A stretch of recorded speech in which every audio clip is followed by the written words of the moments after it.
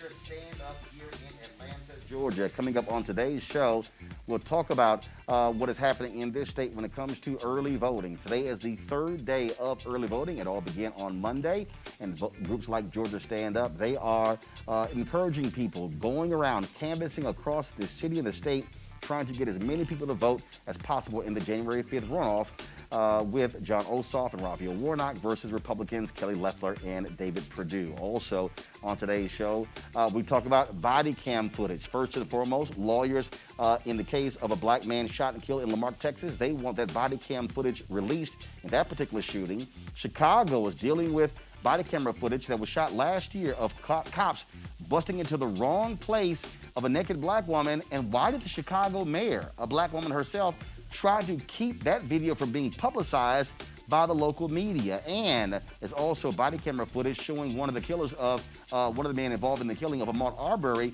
talking to police after that particular incident. So we'll be talking about all three of those cases. Also in Georgia, a federal judge has found that there'd been a problem with voters who were purged. He is ordering the Secretary of State to sit down with civil rights groups. So we'll talk about that story as well. And what's going on with this rift involving Black Lives Matter? Money, power, control is at the root of the problem. And also in our Black Tech segment, you'll meet the creator of a new software that connects the African American community, folks. And in Houston, a police captain arrested by driving a person off the road and pointing a gun at them, supposedly over voter suppression. Folks, it makes no sense whatsoever. All right, lots to deal with right here on Roland Martin Unfiltered. It's time to bring the funk. Let's go.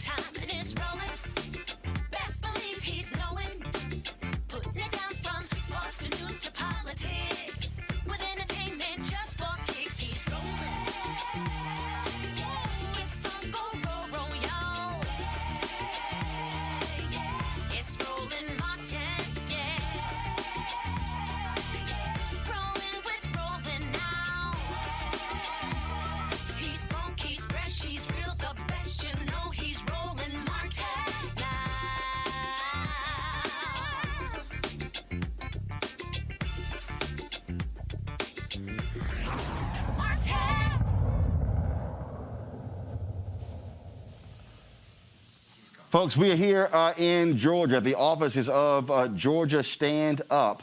Of course, one of the groups who is encouraging folks to get out and vote. They've been canvassing all across this state, trying to, again, increase the turnout in the January 5th November runoff. We'll talk in a minute with the leader of this organization about their efforts and what they're doing, what they're seeing and hearing on the ground. But a huge story that has developed, and that is it deals with a federal judge found that inaccuracies in Georgia's voter purge and has ordered a meeting between civil rights leaders and organizers, first of all, civil rights organizers and the Secretary of State's office to deal with exactly what happened. And again, remember, we covered this story. The folks with Black Voters Matter, ACLU, they sued the state saying that some 300 people, 1,000 people were wrongly purged. Well, according to ACLU, 198,000 people were erroneously purged out of that 300,000.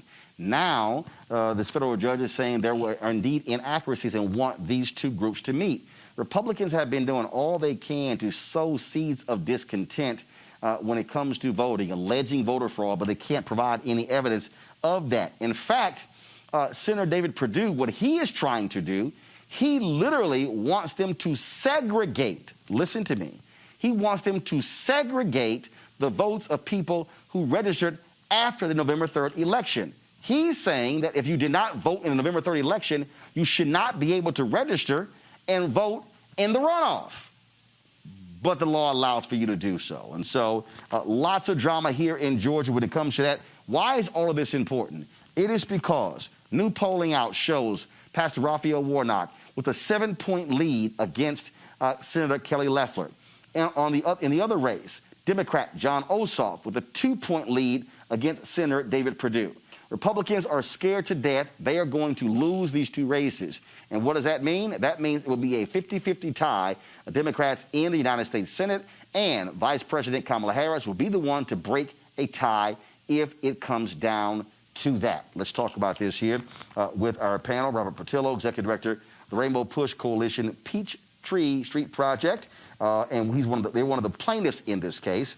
And then, of course, we'll talk in a minute with our panel. Robert, I want to start with you. So lay out to our viewers and listeners exactly what is going on with this lawsuit. What did the federal judge discover when y'all presented the evidence and the information to the federal court? Well, I think it's important to first give credit to C.K. Hoffler, President of the National Bar Association, Gerald Griggs, justice fighter who are spearheading this litigation as the legal representation, and it's still active litigation. But the order that came down from the judge today, if you go to the last page to the conclusion, he states that there are irregularities in the Georgia voter purge. ACLU discovered 198,000 voters were questionably purged from the rolls, and the judge has found that there are inaccuracies in the way that was determined because the state used a third-party. I'm only talking. No. Yeah.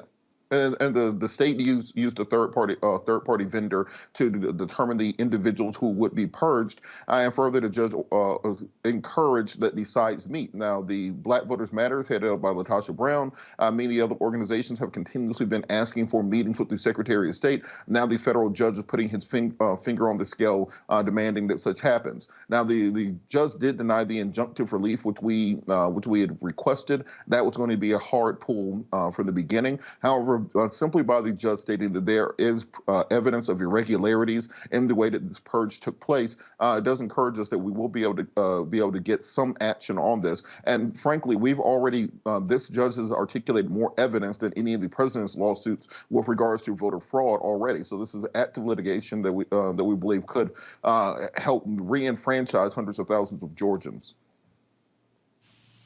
So Robert, you talked about this third party.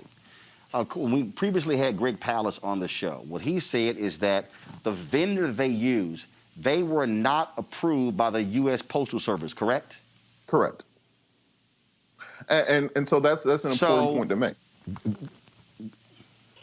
Go ahead. I'm sorry. Explain that. Well, yeah. Well, the importance is that the reason you're supposed to use a vendor that is approved by the United States Postal Service is that this is a governmental entity. You can't simply say that I'm going to get a list off of Amazon. I'm going to get a list from Google, and that's what I'm going to use to purge people. You have to prove that these people have moved outside of the state, that they have died or something along those lines to justify the purge. So the Secretary of State's office cut corners in doing so. That's why our argument is that we should be restoring these people to the voter rolls. And as I said, it's being spearheaded by C.K. Hoffler and Gerald Griggs, and it's active litigation. We do believe that it's very encouraging that the judge found that there are irregularities, meaning that they could be that people were incorrectly purged from the rolls. And if the Secretary of State's office does not agree, after a federal judge has said they need to meet with civil rights groups and voting rights groups, then that's clear evidence that they are purposefully suppressing the vote, not simply accidentally or doing some administrative process.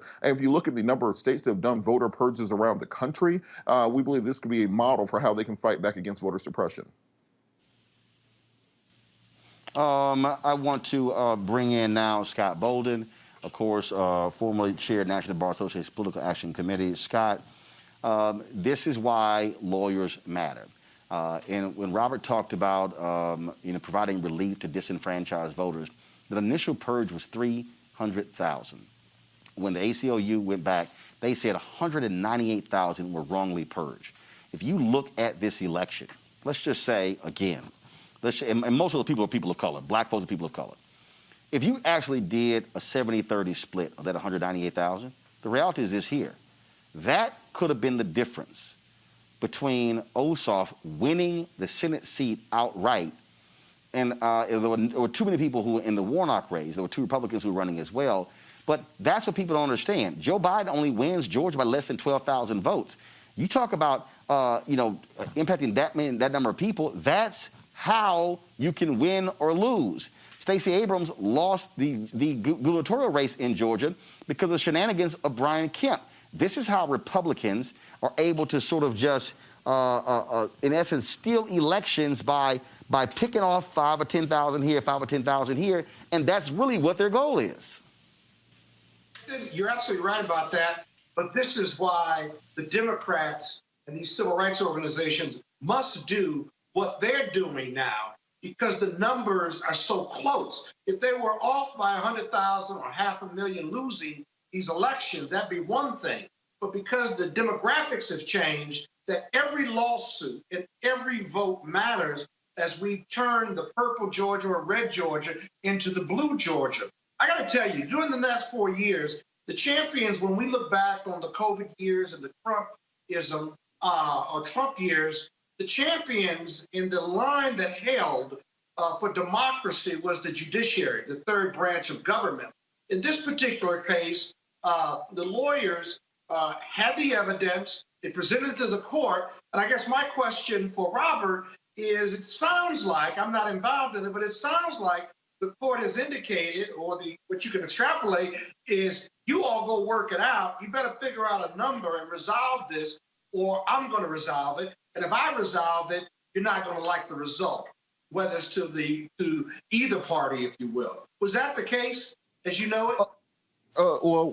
Understand, remember that this is from a nonpartisan perspective. The entire concept is restoring as many people to vote. We're not going through saying only restore the Democrats, only restore the Republicans, but we want to have a free and fair election. What the judge did indicate, however, is that exactly. You still have parties to the litigation.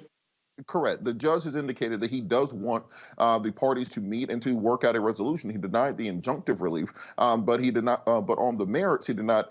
What we saw the Rudy Giuliani litigation before the Supreme Court, where we got a one-paragraph back decision throwing the case out. This is a 39-page decision for a case that we argued last week. So it's a very well-researched, very well-written decision from the judge. And on the denying the injunctive relief, he cited technical issues, things such as latches, making sure that we have all the parties involved. But on the question of the irregularities, which people have to key in on, when a federal judge says that there are irregularities in the process for determining the individuals who were purged from the ballot, and he wants the parties to meet, that means the parties need to meet, or he will make a decision when it goes to full court. So it might not be injunctive relief, which we're seeking to get done before the runoff election, but going forward into 2022, going into 2024, there's going to be very interesting to see how Georgia adapts to having a fully enfranchised electorate. Yeah, well, let me ask you this real quick, if I may, Roland. So what happens after both sides meet? Do you prepare an order of settlement? Does the case get dismissed? Or is there going to be more proceedings before this judge if there's no result of these meetings that he's ordered between the civil rights groups and the government? We're early on in the litigation, so those are questions for C.K. Hoffler and for Gerald Griggs. But I think it's very encouraging that we do have a federal judge recognizing that there are irregularities in the process for purging voters. And I think that's the major takeaway. And we will look forward to having the meeting with the election officials and ensuring that we have a free and fair election. And if they deny such a meeting, if they do not follow what the federal judge says, I think that will be taken into consideration as to whatever the final outcome of the litigation is. Yeah, Roland, I think there's going to be pressure on both sides to reach a number, reach some type of resolution, just based on what I'm extrapolating. I haven't seen the papers yet, but there'll be pressure on both sides, and that's a good thing. If I'm the government that did the purge, or I'm the third party vendor who did the purging, I'd be more concerned than the civil rights organizations, which means there's pressure on them to resolve this issue. Well, look, this is at the end of the day, this is a very, very significant decision here because, again, it comes down to as many numbers as possible. People are expecting this to be a very, very tight election. And so that's the thing that we're looking at out here. And that's why so many people are focused on this. So many people are focused on this. And then that's that's exactly what we're looking at here. And so, folks, we're going to be continuing to cover this again. What is happening here? Let me just sort of set this thing off, folks. Already, we're in the third day of early voting. 700,000 Georgians have already voted. Now, remember, folks are voting in person. You also have absentee ballot drop-off boxes that are also around the state. And the thing, Robert, it's been quite hilarious is to listen to folks like Newt Gingrich, who is saying the Republican Secretary of State, he's killing Republicans. He wants us to lose by having all of these different drop boxes. And I asked Warnock and Ossoff this yesterday and Monday, and this is real simple. The Secretary of State of Georgia works for Georgians, not the Republican Party. And look, if you want to win elections, make the case, the merits of your argument. But don't sit here and get mad because the Secretary of State wants to make it easier for people to vote.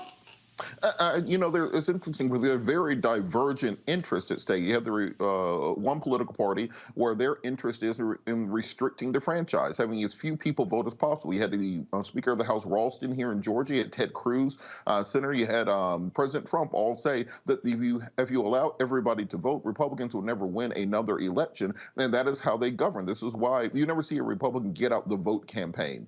You very rarely see them out there saying that they're going to register new voters. It's always about depressing and suppressing and finding a way to have as few people vote as possible. What we're seeing now is that eventually demographics can outrun the suppression. That's what you're seeing in Georgia, a state that's 35% African American, 12% Latino, 6% Asian, 52% women. Eventually you outrun the efforts at suppression. And so when you keep that going, when you work on bringing in more people or attracting more people, all you have to do is look at the contrast between the Loeffler and Warnock campaign.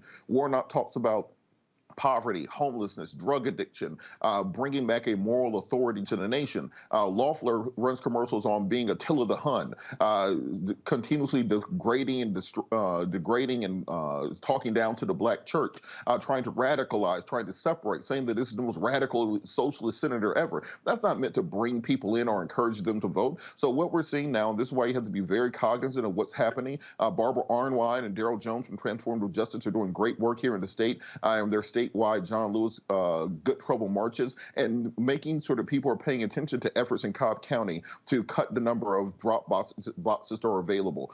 Suggestions in the state legislature to say that you can only drop off your ballot if there's a video camera doing a live stream of the box to ensure that it's not being tampered with. That was a real suggestion that came up this week. Trying to make it more difficult for individuals to vote in person, getting rid of Saturday voting. They're doing everything possible to restrict the number of people who can vote. And the reason is, as Lindsey Graham said, they're not making enough old white men to keep the Republican Party relevant. So instead of trying to win the battle of ideals, they tried to restrict the votes and play the referees. And we saw this happen in apartheid South Africa. We saw this happen in Kosovo. We've seen it happen whenever you have a ruling majority that has lost the demographic battle and has now lost the ideological battle also. But Roland, Scott, to the point that Robert is making. I mean, again, what you are seeing, what you are witnessing, is a party that does not want as many people to vote. And look, we've seen this in other states. They are going to do everything they can to basically skim the rolls. It's going to happen. Look, they're already talking about it in Georgia, changing the law. In fact, they even floated the idea of changing the law after the November 3rd election to impact the January 5th runoff. Secretary of State says that's stupid because if y'all do that, it's going to be court challenges, it's going to be wasting time, and we're not going to be able to even put those rules, if you will, in place for the election. But again, Republicans, this is what they want to do. They are going to try everything to disenfranchise voters, and this is why it's called voter suppression. Well, but look at the character of the GOP. You see, they're not even smart about it. These are acts of desperation, if you will, that the party would rather not change, right, and be all-inclusive. It would rather cheat, lie, steal, suppress, and repress in order to win the elections and to hold on. But as Robert said, they're going to outrun this suppression, if you will.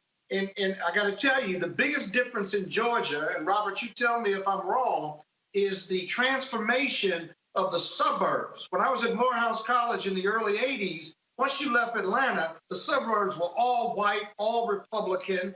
It had nothing to do. It looked like a different world when you left Atlanta. Now, 2021, those suburbs have a lot of women, a lot of educated women. They have a lot of black people, brown people, Asian people, and they're voting Democratic because this America, what GOP represents, and their messaging just doesn't resonate with them.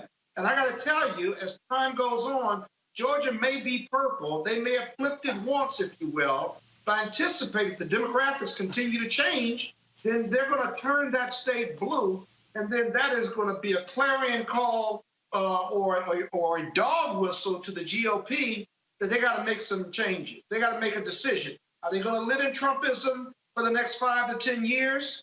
Or are they going to change and look more like America? Think about what their message is to suppress the vote. Stop talking. Scott,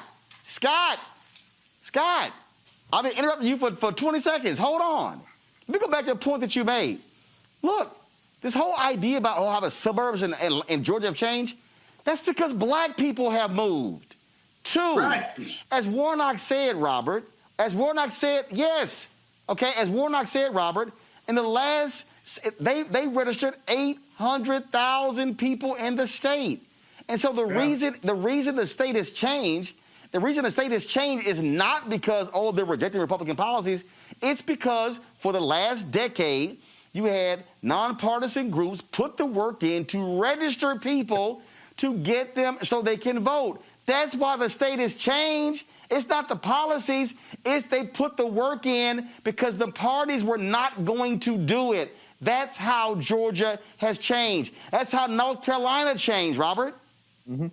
Also, you have to remember, Republicans, if you look at the Republican platform from 2020, where they did not have a platform, and the Republican platform from, Goldwater or Nixon, it's basically the same thing. Tax cuts, strong military, theoretically socially conservative. They've had the exact same platform since Reagan, since Nixon. They aren't coming up with new, innovative ideas that are going to attract young and diverse people. So in addition to what Scott was saying about the growth of the suburbs, we have to also look at the second great migration that we're going through right now. How many people in Atlanta are from New York, Chicago, Detroit, so on and so forth, who have moved to the South for lower taxes, better weather, part of the film industry, so on and so forth. So we've changed the complexion of the state. And by changing that complexion of the state, you change those municipalities that are around the municipal areas like Atlanta suburbs, Macon suburbs, Richmond County suburbs, Columbus suburbs, so on and so forth. And you create a new political coalition and demographics. I was up in Whitmer County, Georgia this weekend trying to help register voters and get out information on the Get Out the Vote campaigns. Whitmer County is about 30 minutes from Chattanooga, 90 minutes from Georgia, and it used to be basically a Confederate stronghold. If you went there in the 80s or 90s, you would not know you weren't in the 1880s or 1890s. And even there, you're seeing large Latino and African-American populations. If you go to Calhoun, Georgia, or Cartersville, you're seeing a very different Georgia than existed previously. And when the Republicans are still campaigning as if they have Reagan and Bush on the ticket, that's not attractive to this new generation. So either they're going to have to modernize their ideas, or they're going to fall behind and continue to have to depend on voter suppression and other methods of rigging the game in order to have an opportunity to not just to win, but just to compete. Republicans only won the popular vote in presidential elections one time in the last 30 years. They won in 2004. Other than that, they have lost every single popular vote since Bush in 1988. So if they're not going to get better ideas, and they're not going to, as Lindsey Graham said, produce more old white men, they have to prepare to start losing more often. But that still does not mean you don't take your foot off the gas, proposing progressive policies, fighting to have free and fair elections, and ensuring that you can register as many people as possible, because the more people who vote, the more reflective our government is of the will of the American people. Right. That's right. And those black and brown voters. When I said that, one second, Scott, hold on, folks. When I said that there are groups that have been on the ground, folks who have been going door to door, canvassing, not just during the election, but literally 365, 24/7. That's how this state changed. We're here in the offices of Georgia Stand Up. Deborah Scott, she leads the organization. She joins us right now. Deborah, how you doing? I'm good, Roland. How you doing? Doing great. So yeah, for the folks who aren't aware, because again, when you watch a lot of these national media shows, people that they think that the suburbs in Atlanta are all white, and not understanding the work that was put in, the hard slog of folk put every day to register people. Talk about that and what was done. Well, so first of all, thank you. You're right on. The suburbs have changed because black people's living patterns have changed. We have destroyed all of public housing in the city of Atlanta, so people have no choice but to move out into the suburbs because that's who would accept the vouchers. So the demographics have changed. The suburbs are more middle class in some areas, and black definitely. So we have a mix of older, younger, and affluent, and working class people in the suburbs. So the voting patterns have changed. In some of these counties, we have the first ever black elected officials over these last couple of elections.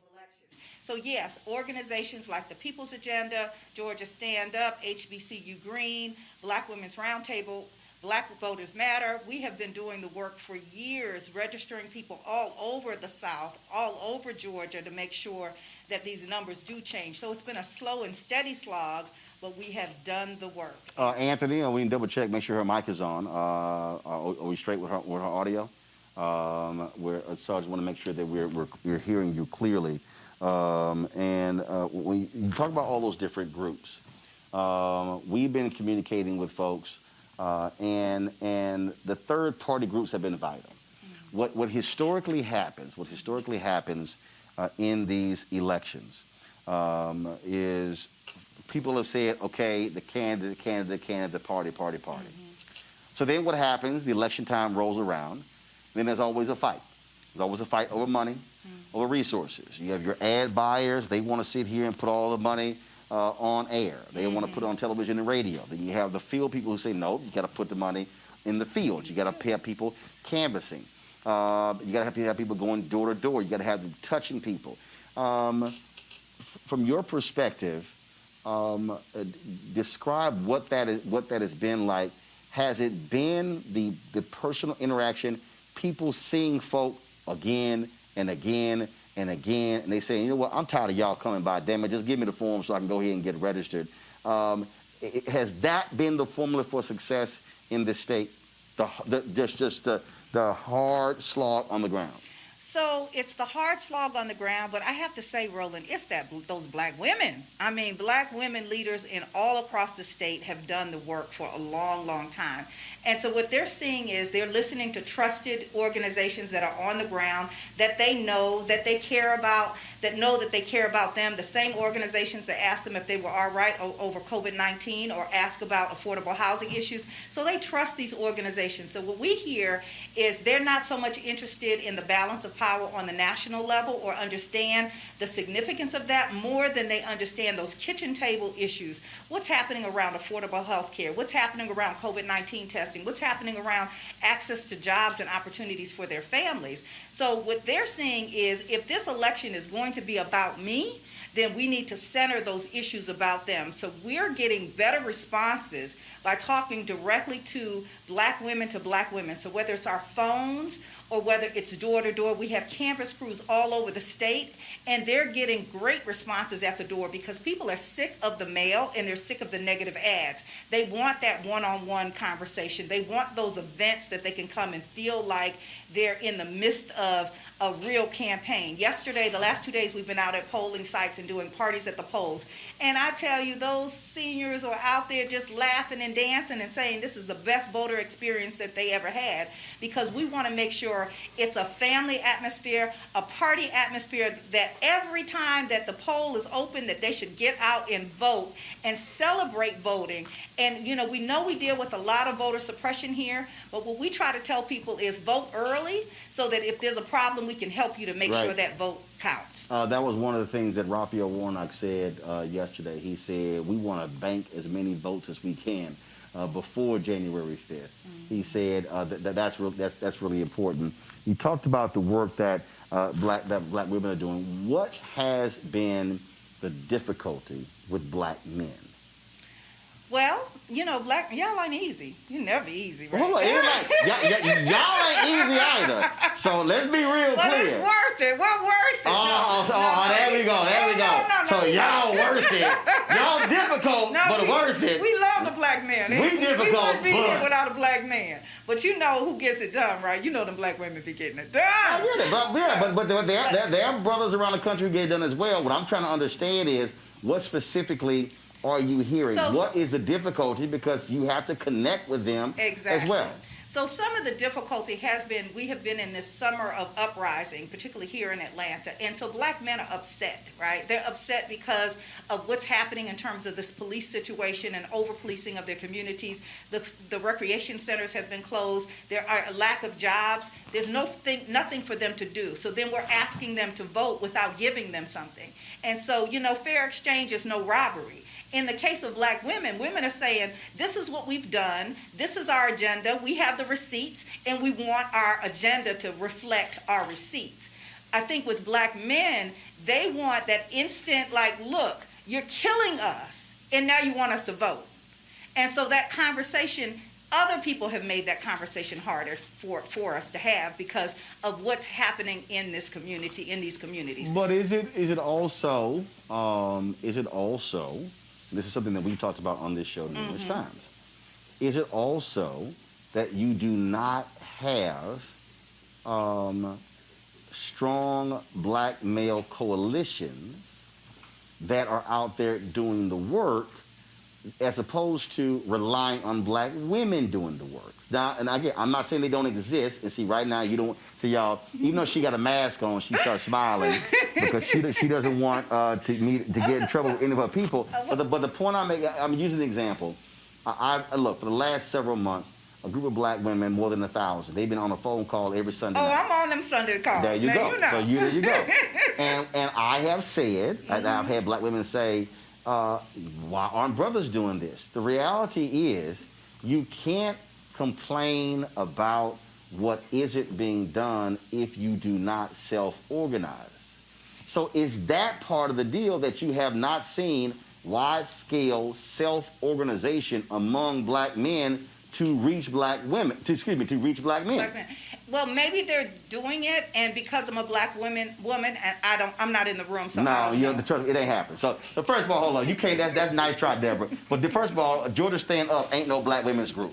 Okay, y'all got brothers involved as well. We sure do. So if these brothers were doing this thing, you would have heard about it. Well, we know that there's Black Men Initiative that are doing a fabulous job. We're partners with them. A lot of the Divine Nine organizations we're partners with them. 100 Black Men, Tommy Dortch, they're doing stuff on the ground. I think it may not be as organized in terms of a coalition like the black women have been doing, but they're certainly doing their work. No, and that's precisely my point. That's precisely my point, because that's what I've said on our show, is that you have groups out there. I keep arguing that unless you have the coalition, unless you have people who are coming together saying, all right, what are y'all doing? Got it. Y'all got this area of the state covered. We don't need to do that, so we're going to go here. What are y'all doing? Who's doing ads? Who's doing social media? Who's doing churches? Who's doing this? At the end of the day, you got to know who's doing what. Otherwise, it's a bunch of folk just out there, and then you're unable to actually track your progress to say, what inroads are we actually making? Exactly. But what you're looking at, we're right in one of our war rooms, right? We map everything we're going, every place we're going, every place we've been. All these maps along the wall says every territory that our canvassers have gone to. All right, so take us like, for instance, right here. So you've got City of Atlanta, neighborhood planning unit boundaries. Right. Okay, so you got this map here, and then you have this map here. So explain to the folks. So we got the wide shot, we got the camera shot here. Okay. Explain to folks exactly what y'all are doing. So if you look at this where S is, that is a cluster of 12 neighborhoods. So our canvassers are actually going out to those 12 neighborhoods. We hit block by block, door by block. We have a minivan system where we can pull up all the black registered voters, but we black around here, so we care about where we are. So we can pull up every single day where black voters are in real time. When we send out our canvassers, they're able to see exactly which doors they should hit and which literature. Now, one door might represent 5 people in that household. Now, when you say pull it up, what people don't realize is you have the data. And the technology. Who voted, who didn't. That is, because look, elections are based upon precinct. You could sit here and go, there are 987 people registered in this precinct. Last election, 230 voted. Exactly. Who are the other 700 plus?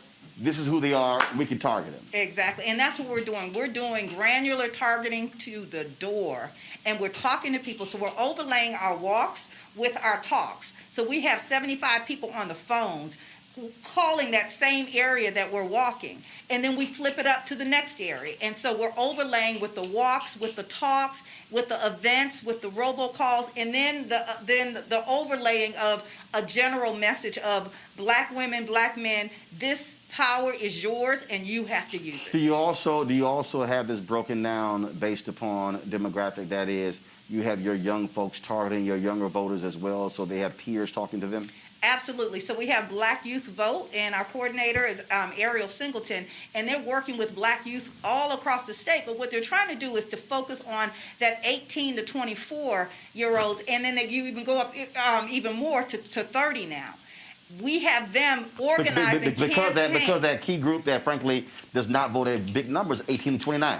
But that key group in this last presidential election voted overwhelmingly for progressive. So that's a bank that you can count on if you speak to them about the issue. So one of the things that we're doing is a virtual concert. Actually, we're airing it on your show on Friday. They came up with their own campaign.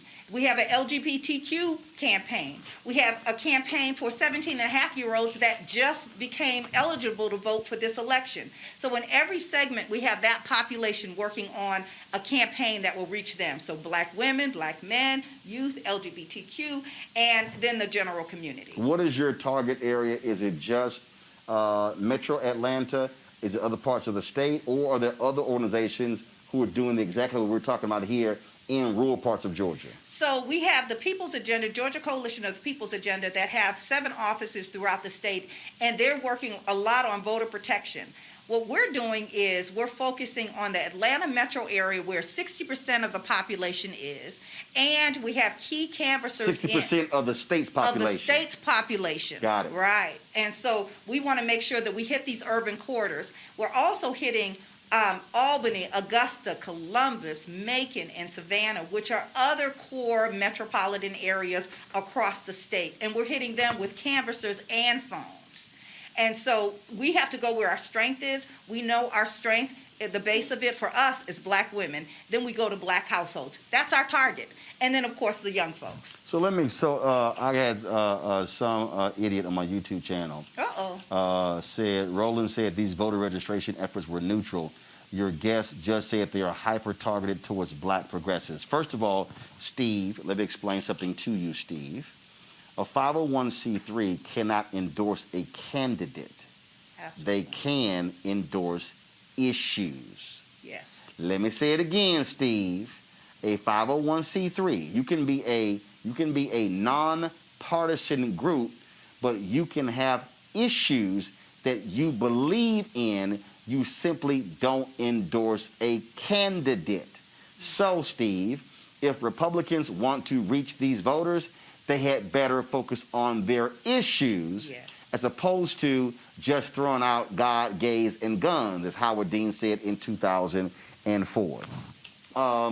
Sometimes you got to check, folks, who don't quite understand. So you're quite right about the issues. We're voting those kitchen table issues, and those kitchen table issues affect us every single day, and that's what people are concerned about. So my suggestion to any candidate, whatever party, is if you can't deal with Ms. Johnson and Ms. Jackson's kitchen table issues about jobs, affordable housing, health care, and the care of her family, transit, all of those issues, then you're not going to reach them. I'm cracking up laughing because I got another idiot, Tommy Murray. These people are so damn racist.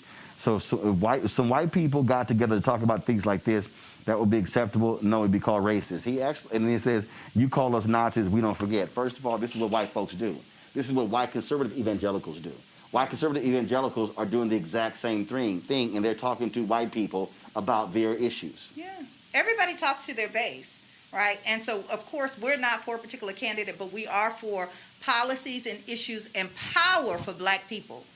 All people matter, of course, as we say. But we're, at Georgia Stand Up, our focus has been on the base of our organization, which are Black voters. So when we look at, we've had 3 days of early voting.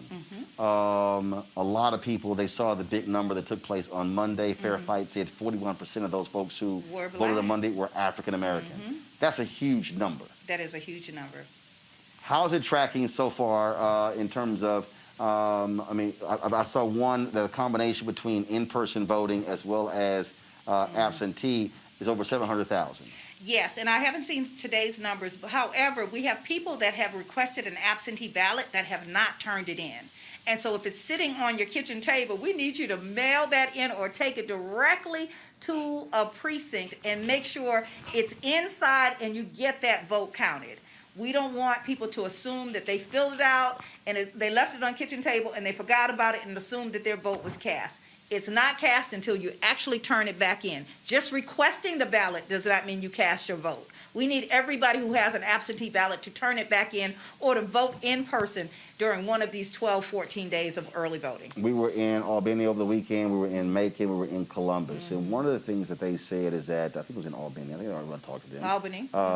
Well, interesting because some folks said Albany, others said Albany. Well, if it's from Albany, it's Albany. See, that's what I'm saying. So I'm like, no, make up your damn mind. Okay, either it's called this or it's not called this. And I was sitting there and I'm like, y'all, which one is it? Y'all keep saying Albany because if you said Albany, no, that's Albany, New York. We're Albany, Georgia. I'm like, look, I said, it's spelled Albany. Where are you from? I'm from Houston. So, you know, they say Houston or Houston, right? No, who the hell say Houston? They do here in Atlanta. Well, anybody, it was Houston Street. Right, that's Houston Street. No, I'm from Houston, Texas. So we know what we call ourselves. Okay, so we don't say a separate name if you from there, and if you not from there, you call it something else. Well, what do you say about Atlanta? Hell's Atlanta? You say what? It's Atlanta. ATL. Atlanta, right? Other people say Atlanta. Okay, whatever. That's ain't. Please, so welcome don't even. To Atlanta. They draw that whole thing out. Draw that whole thing out. But the thing there was, they told me that they had a 58% turnout in November 3rd election, and I said, what are they hoping to get it? So 58%. You got a significant black population there. I was told I'm gonna be in Athens on Saturday with the Warnock campaign. They said black numbers there were not as strong as they expected, and so what needs to happen in these non-metro Atlanta cities is that a different type of messaging to that rural voter, which is different between this voter here in metro Atlanta? Well, what I would say is we need every person that calls themselves a leader in any capacity to start getting on the phones and getting your people out. We need you at this point. We need all the churches, all the Divine Nine, all the community-based organizations, whether you're in Albany, Columbus, Macon, Savannah, or Atlanta. We need you to tell your folks to get out.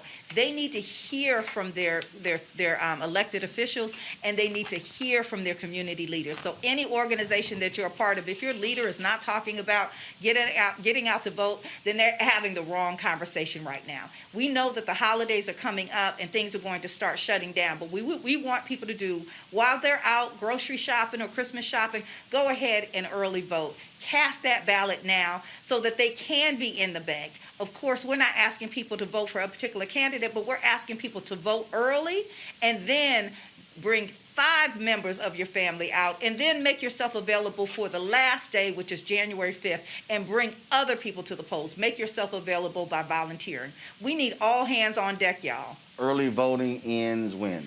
Early voting in some counties end on December 30th. In other counties, it's December 31st. If you go to our website or go to the Secretary of State's website, you can find that information, and we can connect you to that.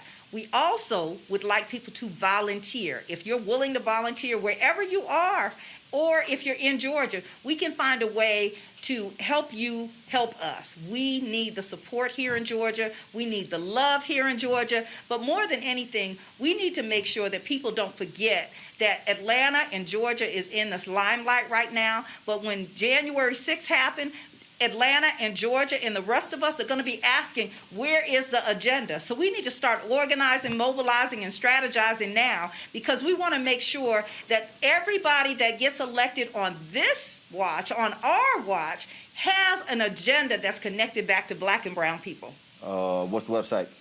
GeorgiaStandUp.org. All right, then. Deborah Scott, we surely appreciate it. Thanks a lot. Thank you so much, Roland. Keep it up. All right, we'll do. Got to go to commercial break. When we come back, we're going to talk about the Ahmaud Arbery case, as well as two other cases, one out of Texas and then one in Chicago, all dealing with body camera footage. That's next on Roland Martin Unfiltered, broadcasting live from Atlanta from the offices of Georgia Stand Up. We'll be back in a moment. If your vote didn't matter, you wouldn't have so many people trying so hard to stop you from voting. There is some value there. But even when you talk about that people are not paying attention to your issues, I can't pay attention to your issues if I don't even know you there. And the only reason people are going to know you there is when you show up to the polls and vote. That's when that power manifests itself. But as long as you stay home, as long as you're making excuses, then guess what? You will always experience these issues that we're experiencing today. And another thing, don't get caught up in the candidates, right? There's no such thing as a perfect candidate, but you should be going to vote for the most important person, and that is you and the one you love. You talk about you'll fight for the one you love. You're willing to die for the one you love. You need to ask yourself, are you willing to vote for the one you love? Because if you don't, there's going to be somebody's neck on yours pretty soon.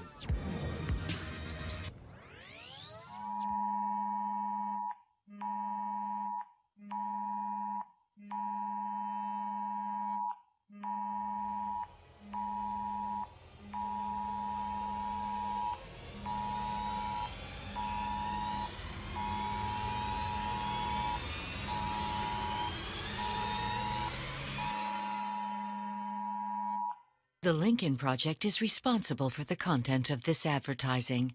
Before we knew about COVID-19, Kelly Loeffler and David Perdue received classified briefings about the virus. And what did they do next? They downplayed the risks, then invested in body bags. 10 months later, over 10,000 Georgians dead. Kelly Loeffler and David Perdue, dead wrong.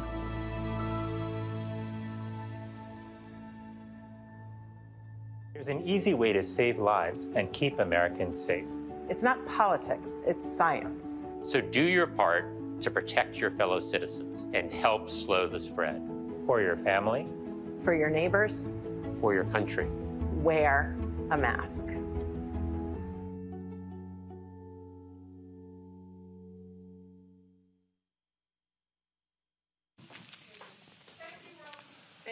All right, folks, new body cam footage provided by the Glenn County Police Department offers more insight into exactly what happened with the shooting death of Ahmaud Arbery.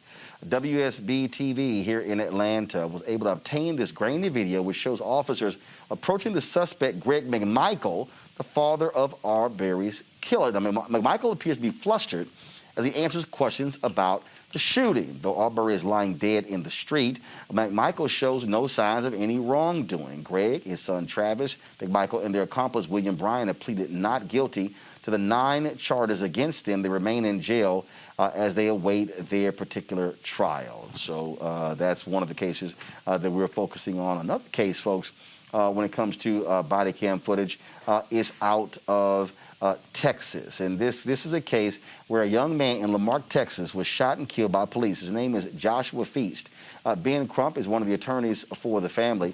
He is calling for the firing of the Lamarck police officer, Jose Santos, who was identified as the one who killed Joshua Feast on December 9th. They also want that body cam footage released. Now, according to investigators, Feast got out of his vehicle and ran across the street into a driveway when Santos opened fire. Now, authorities are investigating the shooting, and Crump is demanding the department release the video of the shooting to the public. Feast's death is the second fatal shooting Santos has been involved in. In 2017, Santos shot and killed a man during a burglary in 2017. A grand jury declined to indict Santos in that case.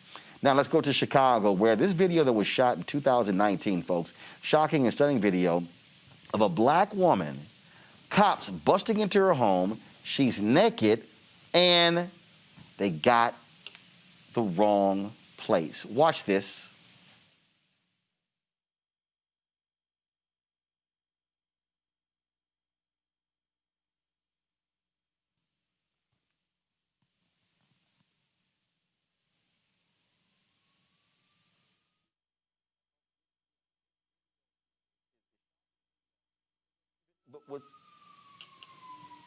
What's even more so shocking about this video, folks, is that it took place in 2019. The Chicago Police Department, they were forced to turn over the body camera footage. It actually took place 2 years ago. 9 officers raided the wrong house and handcuffed this naked black homeowner. Anjanette Young is seeking justice as to how she was treated in 2019. Now, the social worker had just returned home from her shift at a hospital and was undressing when cops busted through. They had been to bear down her door. She pleaded for cops to allow her to get dressed as they shoved guns in her face. She can be heard in the body cam footage telling officers nearly 43 times they were in the wrong. Now, Mary Lori Lightfoot, she wants the wrong raised to stop. She's asked the city's chief risk officer to review the police department's policies and procedures for obtaining and executing search warrants. And while they remain under investigation, no consequences have been announced for the officers just yet. But here is the thing, Robert. Lori Lightfoot tried to keep the video from becoming public. This sounds eerily familiar. Rahm Emanuel, when he was mayor, fought the release of the video of Laquan McDonald. People are not happy with Mayor Lightfoot in Chicago because of this, Robert. Republican or a Democratic issue. It is a infestation in American society. It's a disease in American society. The only one of 2 times I've had a gun to my head in my entire life, as I've said previously, was Chicago Police Department. Walking home from the library in law school, getting off the bus on 47th and Lakeshore, walking down right before where the LA Fitness is, now where there used to be a Bally's. A squad car pulled up, put me on the hood, and put 2 guns to my head until they saw my law school ID.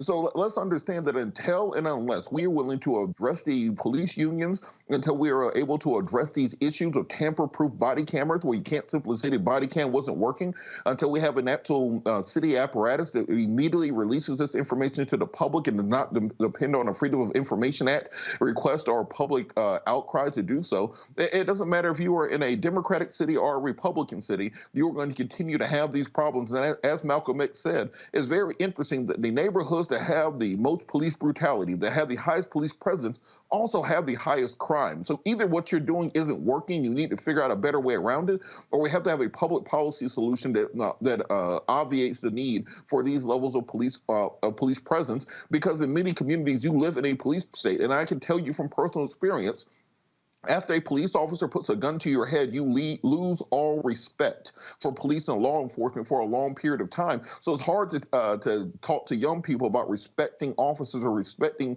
the system as it is, the social contract, when it's been violated in every occasion. And we have to hold all officials responsible, whether they are black, whether they're white, whether they're Democratic, whether they're Republican, Libertarian, Green Party, whatever it is. And we have to stop this. And if somebody says defund the police is too radical, they haven't had a police officer's gun to their head.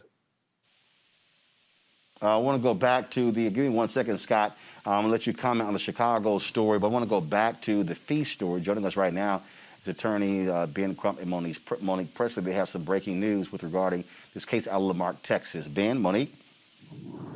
Roland, thank you. I'm here with Monique Presley, and we have breaking news that we're about to announce at the press conference, and that is based on the independent autopsy, as well as review of the medical records on the night that Joshua Feast was killed, it has been confirmed that he died from a single gunshot wound to the back that never exited his body, and there was internal volatility based on the bullet hitting 2 of his ribs and causing internal damage that led to him losing very dramatic amount of blood, 500 milliliters. And so he died on arrival at the hospital.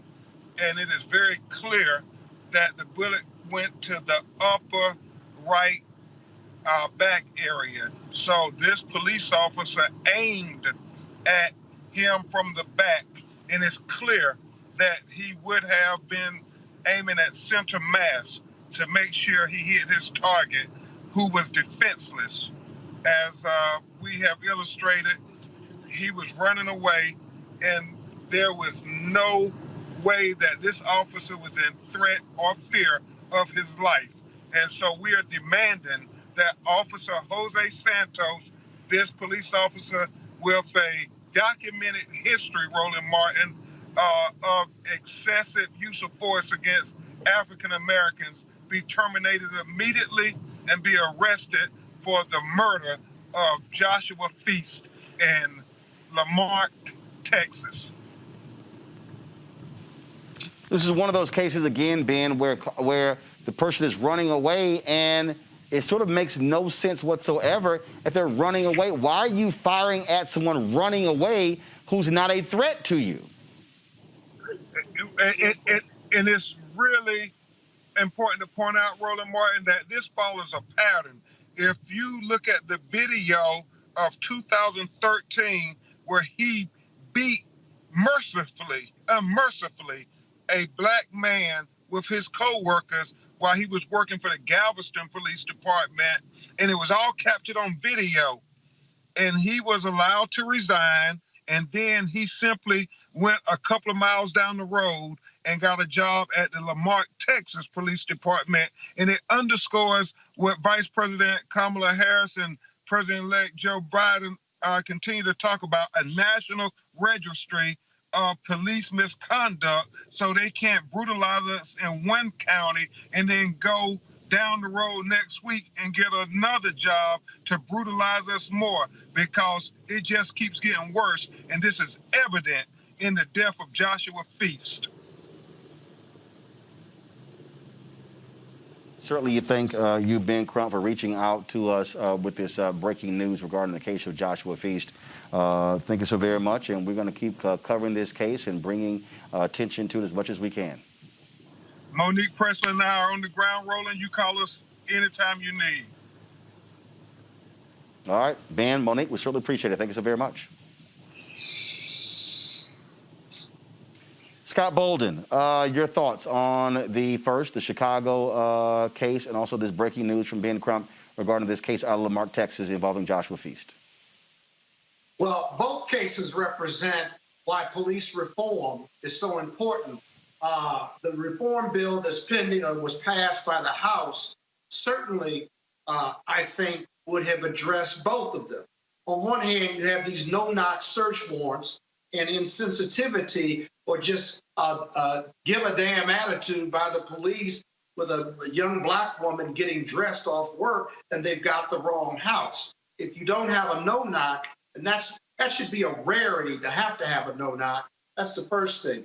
In regard to the Joshua case, shooting someone in the back while they're running away is not only reckless, but completely unnecessary. And again, this reform bill would have disallowed this police officer to go down the road, as Ben said, to get another job without a bad or a negative police record following him. And let's remember this last point, okay? On the Tennessee v. Garner, in the 80s, the Supreme Court said it is unlawful to shoot a nonviolent fleeing felon.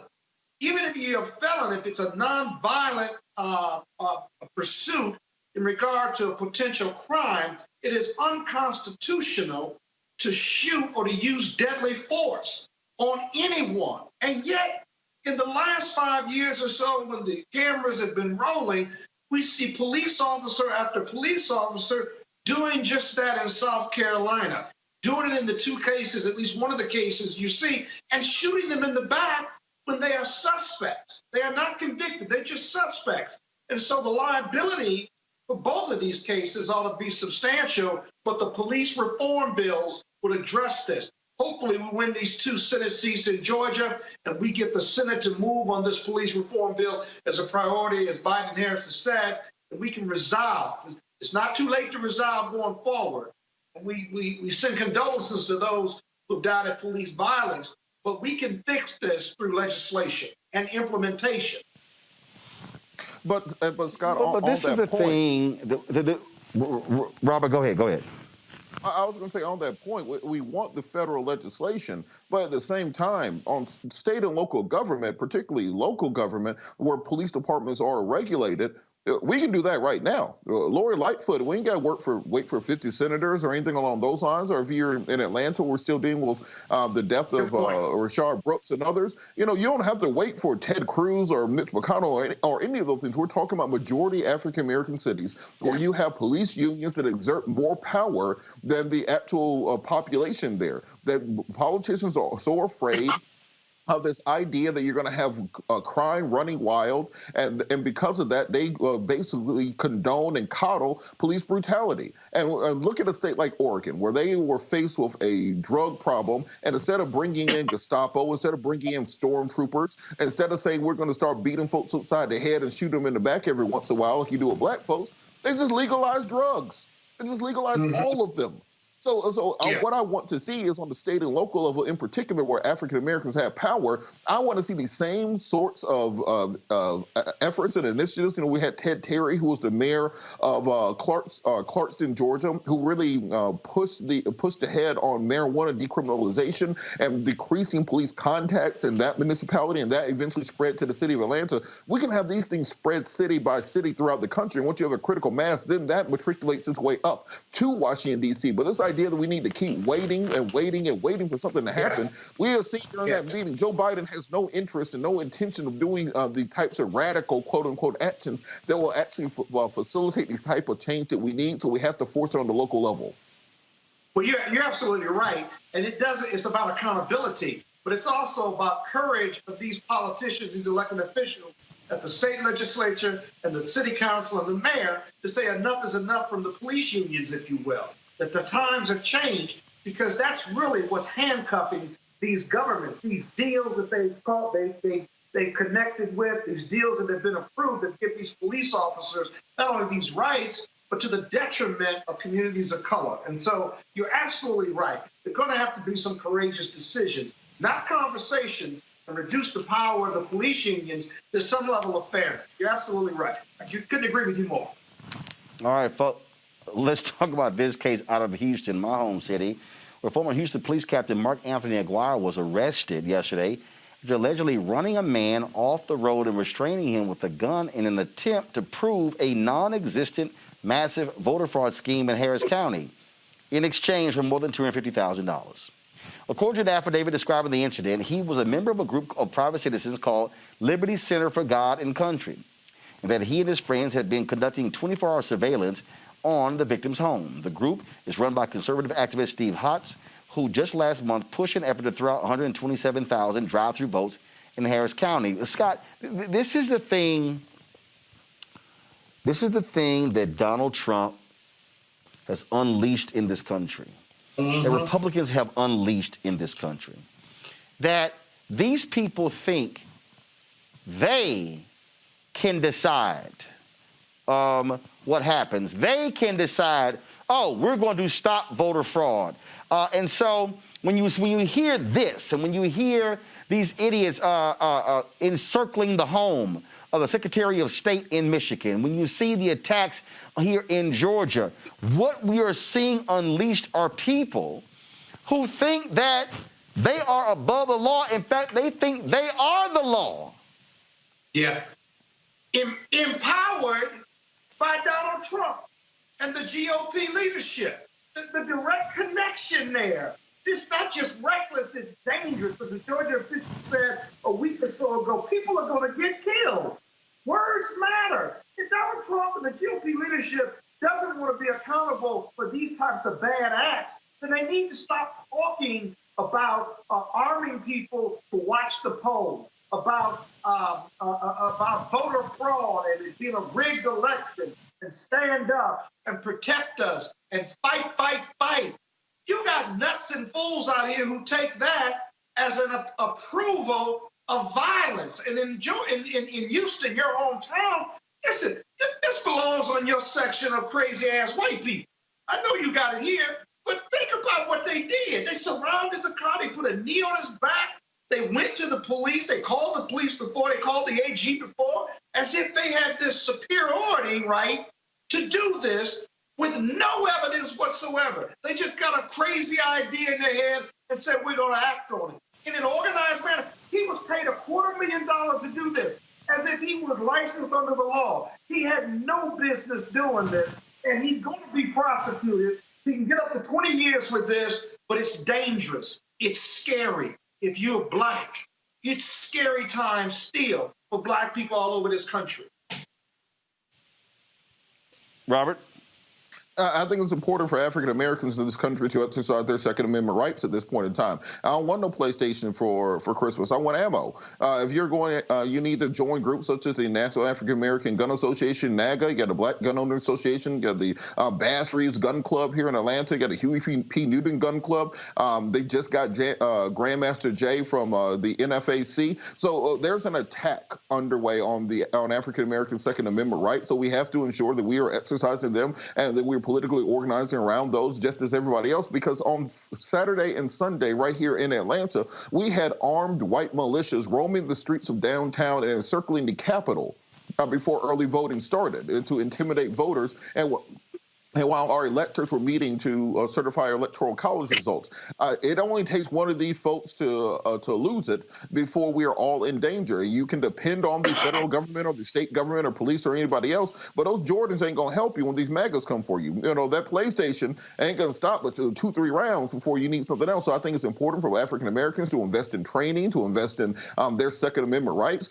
You don't need level 3+ armor. That ain't going to stop anything past the 9mm. You need level 4 armor. You need to have a bug-out plan and a bug-out bag. You need to be ready because guess what? Scott is not going to let us come to his house to be safe. You're going to have to defend and protect yourself and your family.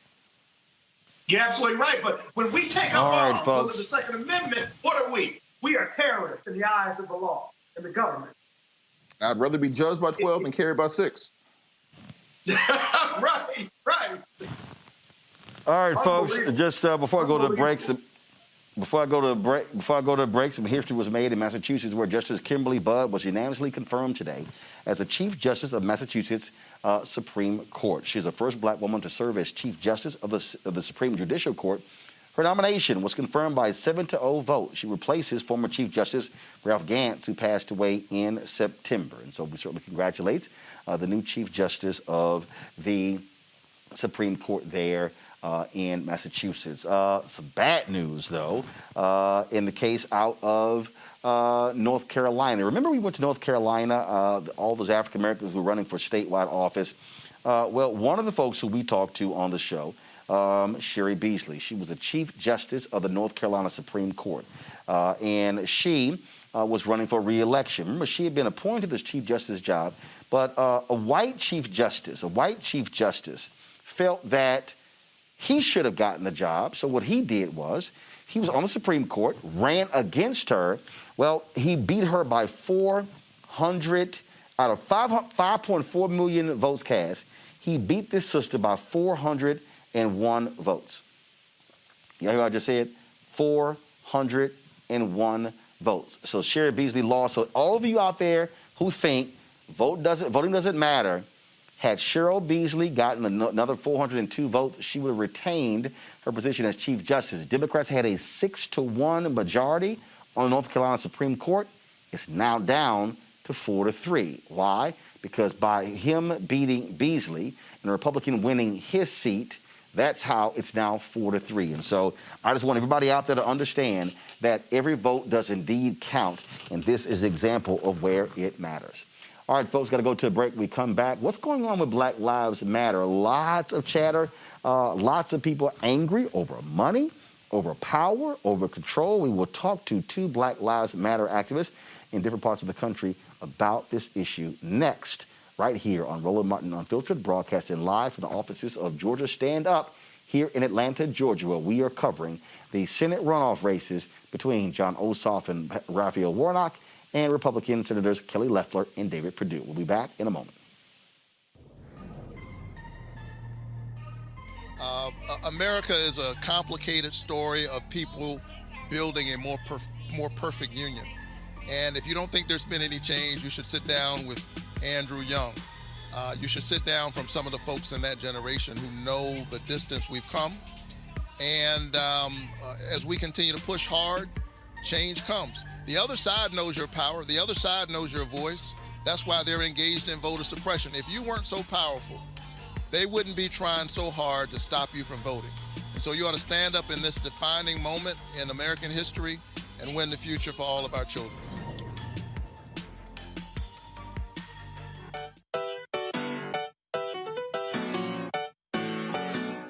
We got power. We're about to get ready to launch our We Got Power tour. Flip and I are going on the blackest bus in America. We're hitting the streets again. We're going to be going through at least 12 states, maybe more. I'm just really excited. Now, it's a little bit different this time because COVID-19, we've got to wear masks, we've got to be socially distanced, but we are very committed that we've got to get in the streets and inspire and encourage our people in ways that are socially distant. Ready to hit the road, ready to see our folks, ready to be socially distant, ready to mask up. On our way to Pennsylvania, we'll be there for 2 days, and then we're headed to Ohio to Cleveland. We're going to be just spreading a lot of love and building a lot of power. The very last day, we're going to be out here on the ground in these streets because our people need us. Can't stop, won't stop. Register to vote. You can even request your online vote by mail ballot by clicking the link or by scanning our QR code with your camera. Vote early. Vote today, because we got power.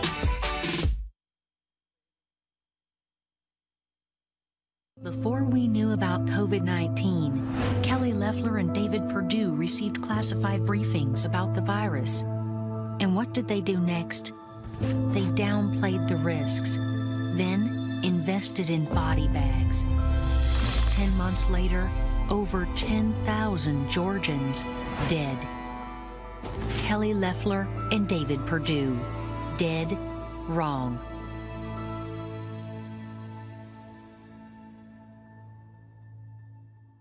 There's an easy way to save lives and keep Americans safe.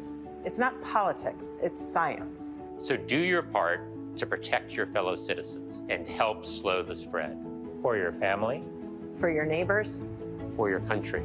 wear a mask.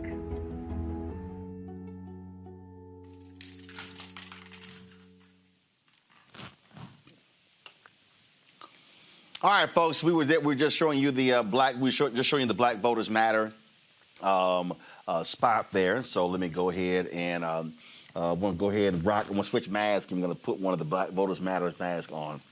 So we are all good here. All right, folks. So we're gonna go from Black Voters Matter to Black Lives Matter, and there's been a lot of discussion dealing with Black Voters Matter in terms of where they are, their future, what they're involved in, and there are a lot of folks now who are not particularly happy with the direction of Black Voters Matter. Patrice Cullors, we had her on the show. We had her on talking about the amount of money, the donations they have been receiving, as well as their leadership. And we've seen a lot of different stories now being done where folks are saying what is happening. There are chapters that are upset with the direction of Black Lives Matter. That's what has been going on as well. The Economist, a story came out today. We have another story that came out in USA Today, and there have been others as well where chapters say they're not getting the resources that they should be getting. That all this money is coming in, but they're not actually helping folks who are on the ground. And so we want to focus on that right now with the co-founder of Black Lives Matter Oklahoma, Reverend Sherry Dickerson, and Chanel Heim. And she's an organizer for Black Lives Matter in Louisville, Kentucky. And so glad to have both of you. Chanel, I want to start with you. Just your assess. First of all, let's do it this way. Because here's what people don't realize. There are Black Lives Matter chapters that are not affiliated with the Black Lives Matter Global Network. So your Louisville, Kentucky chapter, are you affiliated with the national entity? At this time, we are not affiliated with the national entity. And I think for us, it became very confusing this summer. And within the last year of a lot of moving around, and there wasn't a lot of answers. And so with us not being clear on what the solutions or getting any answers, we stayed away from whatever the configuration was. We're still a bit confused on what the configuration is. We just know, just like any of the other sectors that we throw down with from around the country, that whatever is going on at this new entity, I do want to make sure that people understand that this is a brand new entity. This is not the historic entity that folks have been trying to, kind of whitewash with the alt-right stuff that's going on. This is a brand new entity, and so none of us were consulted on that. And it's just been hard to support that. But it also has been feeling a bit neglected as we go through these uprising moments, and Louisville being one of those places, and not getting any support whatsoever. Forget about it. So let me hold on. I want to go back to what you just said there, and folks, if I can get a little bit more audio with her because I can barely hear. Here's what you said. It's a new entity. So okay. So here's I think part of the deal here. That is tough for people. That's confusing as well. And that is really understanding what the structure is. And I'll be honest with you, when I had Patrice on the show, I was confused as all get out because it was the movement for Black Lives, and then it was the Black Lives Matter Global Network. And so when you say this new entity, she named herself as executive director, right? So, and again, here's the other question. If your organization isn't a part of the national group of Black Lives Matter, why do you care? I think it's a bit dangerous, right? I'm just trying to understand. Can you hear me? Say it again.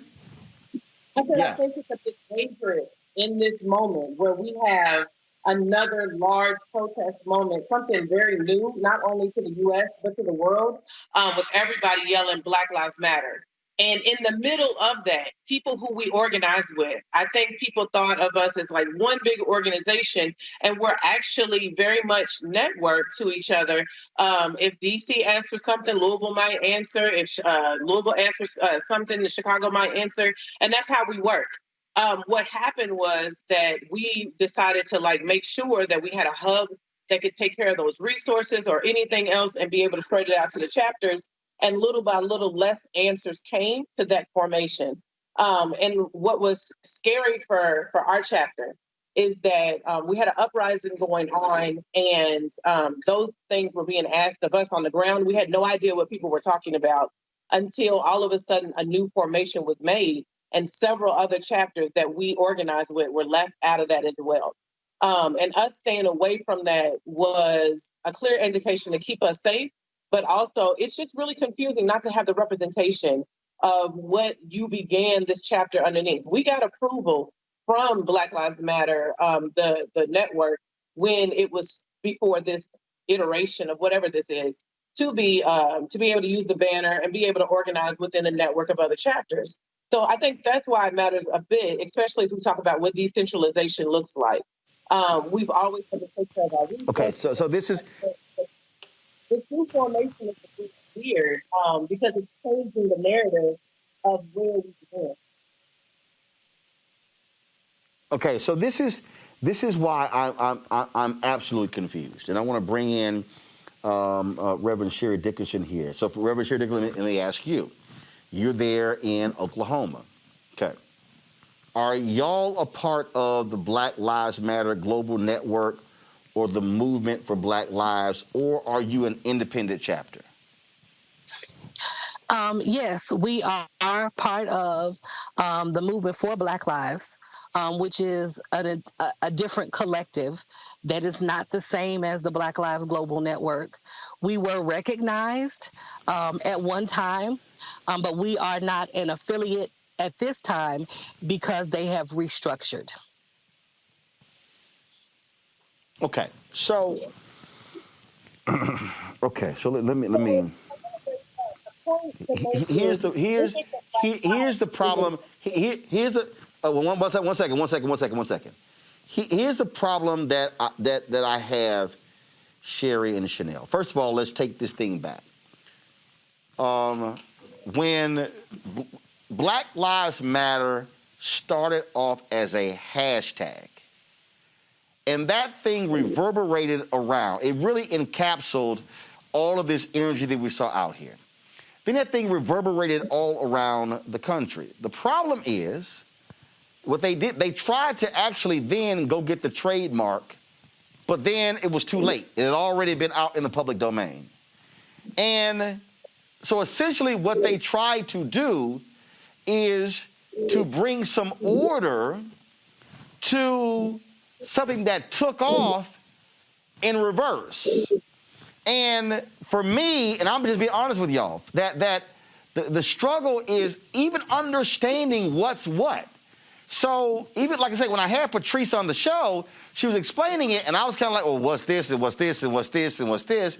And so now when you say there's another entity, so what are we not talking about? A third entity? So Chanel, is it, again, and trust me, I ain't got no dog in any of this. I'm just actually confused because there's the Black Lives Matter Global Network, there's the Movement for Black Lives, and what you're saying, Chanel, is now there's a third entity, correct? Correct. But it has been a part of that same formation that has just been coming and coming and coming. Confusing for you, confusing for chapters who organize within that structure, right? So we organize with those folks, and there's decisions that are being made, and we're not even talking about small decisions, right? There's this whole conversation of sending Biden a letter, and even the support that we see during this global rebellion for our chapters and what's happening. And that conversation is not happening with anybody. There's certain delegations that are being made for other chapters, and it's just been confusing. And I think for those chapters that actually penned that letter and want that accountability, it's just been had for a few years, and we just not have gotten any answers whatsoever. I think it's really surprising that he would try to come to the show instead of actually try to come to us to explain like what is actually happening and what's going on. I'm supportive of like folks who are looking for accountability, but I want to clarify that this is part of this will be a serious thing for the movement. So Sherry, the thing is, and this is really, here's the thing for me, Sherry, that is fascinating and frustrating. There was so much discussion among Black Lives Matter activists. Well, no, we didn't want like the Urban League and the NAACP and like everybody else. We wanted decentralized, no one leader. We wanted collective decision making.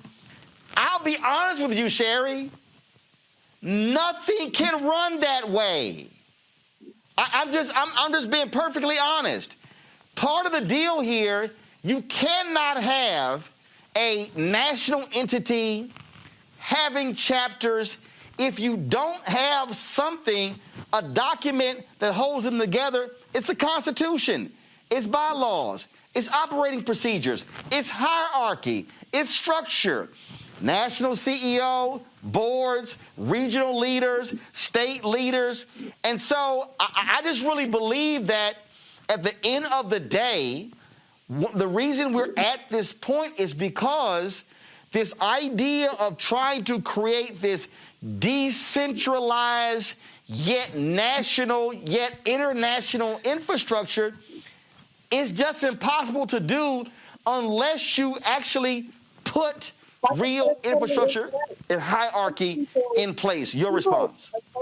I don't. Sherry? Chanel, 1 second. Chanel, hold on. Chanel, hold on. Reverend, go ahead. Yeah, Roland, I do not disagree with you as far as how organizations and the necessary structure for them to function. And I don't want it to seem that, especially, and I can speak for the Oklahoma City chapter and many of the BLM 10 that signed on to the letter, this was not an issue of being upset. This is calling for accountability and transparency because that is part of liberation work. We want to have a cohesive flow amongst all of us. And we don't want anyone excluded. When there's a chapter that is doing the work and they are working around police brutality, when they are serving mutual aid, That's part of the Black Lives Matter platform. And so it's not problematic at what they're trying to do, except for it has been exclusionary, except for there has been no communication with those of us on the front lines doing the work.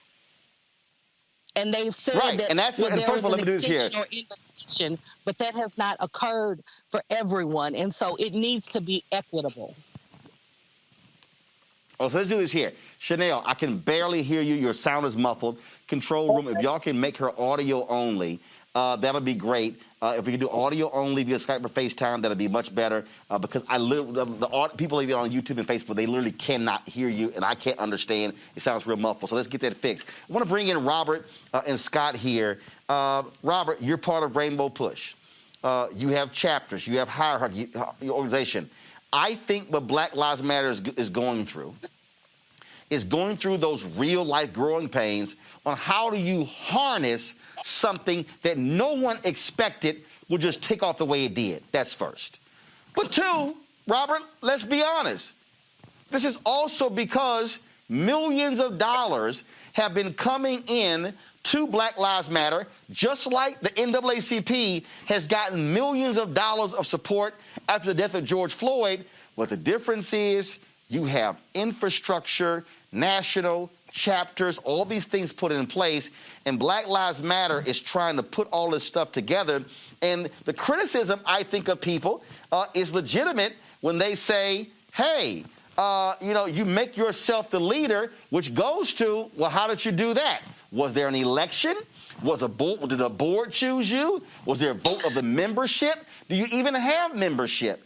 And then also part of it's a branding deal. It's crazy to say that you have some chapters, that you have Black Lives Matter chapters that aren't a part of an entity which goes to the whole deal of the trademark. Guess what? The national entity can't say you can't use our name because they can't trademark the name. So it's to me, and I get they want to use Black Lives Matter, but at the end of the day, this is one of those things where I think folks may have to just simply pull back and say, let's shut this thing down. Let's completely have a clear organizational chart, and then we're bringing folks in to know what the hell is going on. So I get really all sides. It's just, Robert, confusing as hell. Well, look, Roland, I think one of the best pieces of advice my Aunt Catherine gave me is that experience is the best education. Someone else's experience is the cheapest education. These are the regular growing pains of any organization. If you look back to the Big Six in the 1960s or the progeny of the Civil Rights Movement going back a century, you have many of these same issues and similar issues. If you look at any sorts of social justice organizations, and this is where intergenerational dialogue comes in. Because if you are able to have conversations between a group like the Rainbow Push Coalition or the SCLC, Georgia Coalition of the People's Agenda, NAACP, with some of these younger organizations, and then find out what they did as they grew. How do you create a structure? There was not always a situation where Rainbow Push had offices in Detroit, Chicago, Silicon Valley, Atlanta, Washington, D.C., Baltimore. You have to learn how to build that organization. Being a revolutionary is easy. Governing is harder. So as we grow, as we continue to focus on the work and focus on the mission, you build the infrastructure around that to make it a long-lasting concept, a long-lasting idea that can build for generations to come and execute the plan, and not simply be a here today, gone tomorrow group. And also, when you don't have that organizational structure in place, you end up with a situation like Sir Major in Atlanta, who was representing himself as being part of Black Lives Matter, but was actually Black Lives Matter of Metro Atlanta or whatever organization he created, and then used thousands of dollars in donations to buy cars, to buy a house, those sorts of things. So these things come together over time. And I think instead of chastising, it's a situation where older and established organizations can work together with these groups. And of course, to anybody involved in these organizations, they can reach out to me at any time. I'd be glad to speak with them and find out the best ways to go forward, because as long as the mission is the focus, then you can work on developing the infrastructure around that. But it's all about dialogue between groups so you can figure out what other people did to build their organizations as strong. None of these things happen overnight. You're a lawyer. You're used to organizations and lawsuits and all kind of stuff along those lines. Any lawyer will tell you if this sucker ain't organized and you ain't got all your ducks lined up in a row, you're going to have dissension in the ranks. Well, Roland, are you talking to me? It's A. Scott. Yeah, go ahead. No, it's you, Scott. Here's the difference between the Big Six when they were organized. They were organization. The Black Lives Matter movement started as a movement, if you will. And you're absolutely right. The movement, because there was so much work to be done around the country, that no one was thinking about organization, trademark, and what have you. And then the thousands, if not millions of dollars start rolling in. And now you have no trademark, and so you have these various independent entities operating, and that's what it's going to be. So either one or two things are going to happen.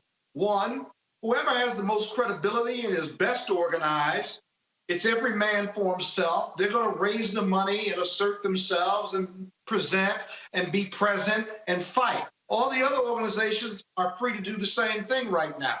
Secondly, if there's some organizing force or some presence or person that can bring all of these factions, all of these entities together and create an organization through acceptance and people signing off on exactly what the structure would be, because you're going to need structure because to have these chapters, if you will. I represent probably 7 or 8 Black nonprofits, and while they're organizations, excuse me, none of them started as a movement.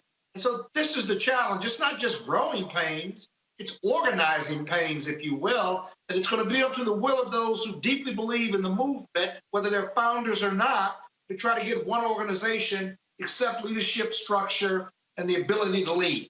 And that's what you're left with, or you're just going to have factions all around the country doing their thing.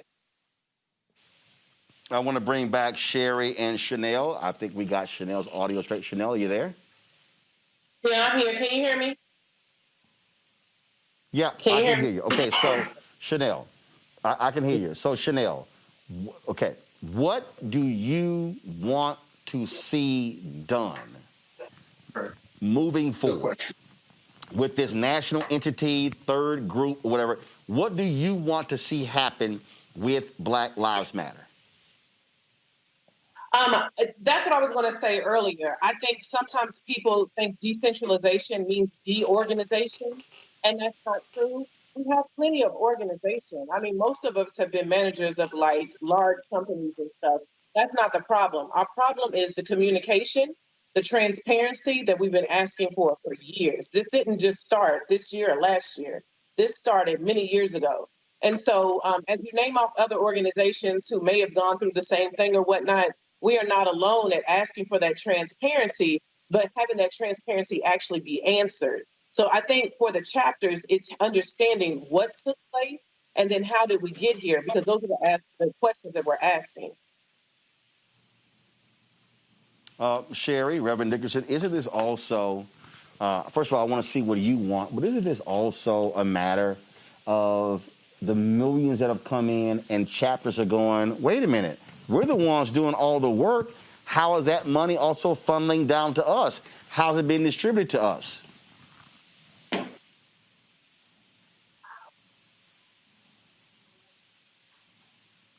Sherry? I think she's got mic issues. Can you hear me now? Sherry, please unmute. I'm unmuted. Now we can hear you. Are Go you ahead. able to hear me? Okay. So I do now agree we can hear you. That we need, like we said, structure. What I want, the first thing that I would want is that the issues that we advocate against and try to get the systems dismantled, that we would be successful at that. So there would be no more issues to where people are dying by the violence of state-sanctioned violence and police brutality. Here in Oklahoma City, we are currently dealing with a situation where we've had 4 deaths within the last month. One just happened on Friday. A mentally ill man was murdered by Oklahoma City police. So What I want is for that to stop happening. With the organization, I want continuity. Yes, do we want shared resources? Do we want shared power? Do we want to have organizational structure where we are able to support one another and have support from the power hierarchy? Of course we do. It is difficult. The gentleman that spoke that said it's easy to be a revolutionary. I do take I disagree with that. This is not an easy work. It is a heavy work. But with the revolution and being part of the movement, it does take finances to be able to ask people to literally step up and do this work, to stand on the front lines, to help us run administration, to have those voices amplified, to have someone have a social media presence, to be able to offer resources to the families that are dealing with the loss of a loved one. I mean, in the world of COVID, we want to be able to be the resource for our communities. That is what I want. That is why we are saying that we need just basically, it's not a part of the pie. If you are collecting, there are a lot of people who have donated under the misunderstanding that the money is distributed to the chapters where they are, and that's not happening. I want that to begin to happen.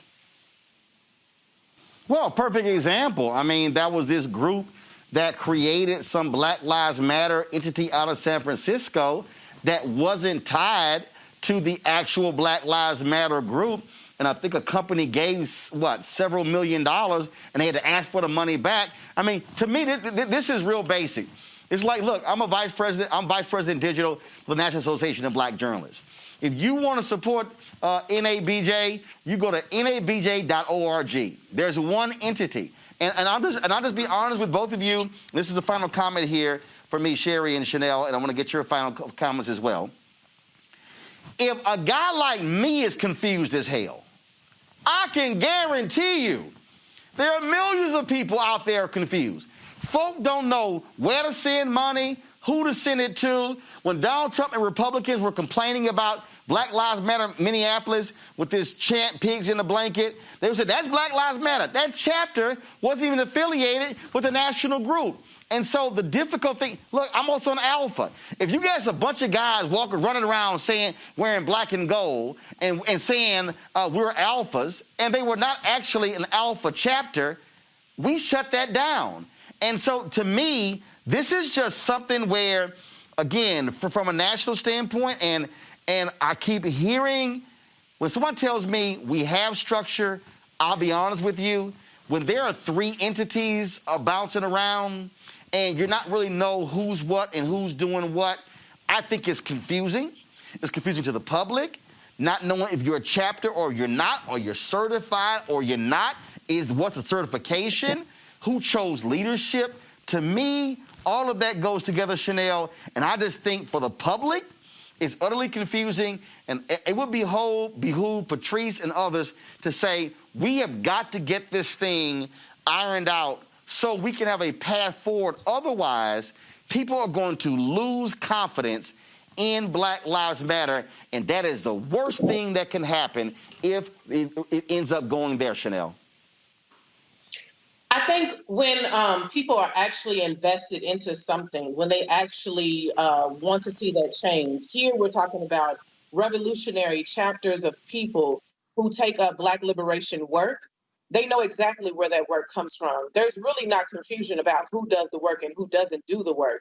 What I do find confusing is when I see a link on a popular branded website and I'm wondering where the money goes to. When we send the links out from our chapters or from our work, particular pieces of our work, whether it's housing Black mothers or feeding people out in the streets, they know exactly where that work is going to. So I don't want to make that confusion. What I do want to make confusion is when we're talking about transparency and accountability.